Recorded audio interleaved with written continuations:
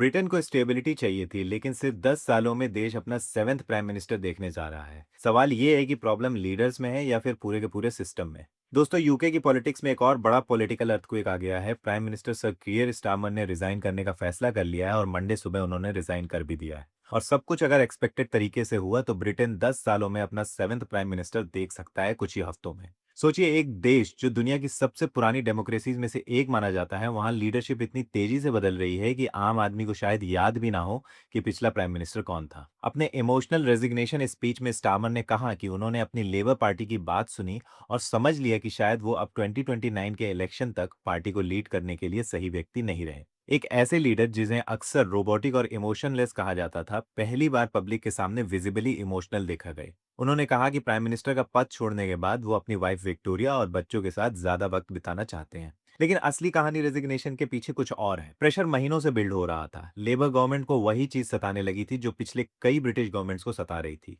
और वो है वोटर्स का गुस्सा। ब्रेग्जिट के 10 साल बाद भी लोग महसूस कर रहे हैं कि उनकी जिंदगी में प्रॉमिस चेंज आया ही नहीं है। Cost of living crisis, weak economic growth, high government debt और पब्लिक फ्रस्ट्रेशन लगातार बढ़ती ही जा रही है। और फिर फ्राइडे को एक पॉलिटिकल टर्निंग पॉइंट आया। एंडी बर्नहम, जो अब फ्रंट रनर माने जा रहे हैं, उन्होंने नॉर्थ वेस्टर्न इंग्लैंड के मेकरफील्ड सीट पर एक इंपॉर्टेंट पार्लियामेंट्री इलेक्शन जीता। उन्होंने नाइजल फराज की रिफॉर्म यूके पार्टी को के कैंडिडेट को हराया, जबकि रिफॉर्म यूके एक साल से ओपिनियन पोल्स में स्ट्रांग पोजीशन बनाए हुए हैं। इस विक्ट्री ने लेबर एमपीज को यह उम्मीद दे दी कि बर्नहम शायद पार्टी को दोबारा रिवाइव कर सकते हैं। इतनी तेजी से सपोर्ट मिला कि लीडरशिप कॉन्टेस्ट की जगह अब कोरोनेशन की बात हो रही है। यानी बिना किसी बड़े चैलेंज के बर्नहम डायरेक्टली लीडर बन सकते हैं। मार्केट्स ने भी रिएक्शन दिया। ब्रिटिश पाउंड मजबूत हो गया, गवर्नमेंट बॉन्ड्स रैली कर गए। इन्वेस्टर्स को लगा कि अनसर्टेनिटी शायद कम हो सकती है। लेकिन क्या लीडरशिप चेंज से प्रॉब्लम सॉल्व हो जाएगी? ब्रिटेन के पास G7 कंट्रीज में सबसे ज्यादा बोराइंग कॉस्ट है। गवर्नमेंट डेप्ट काफी हाई है।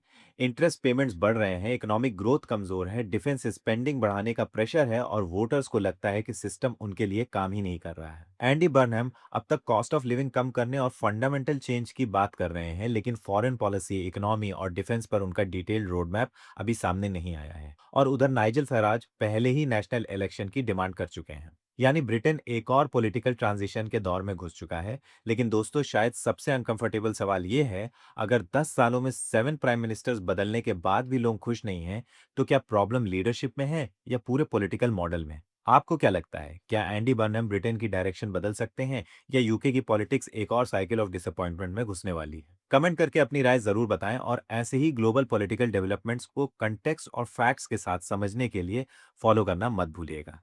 चलिए, मिलते हैं अगले वीडियो में। तब तक के लिए चाओ चाओ, बाय बाय, राम राम।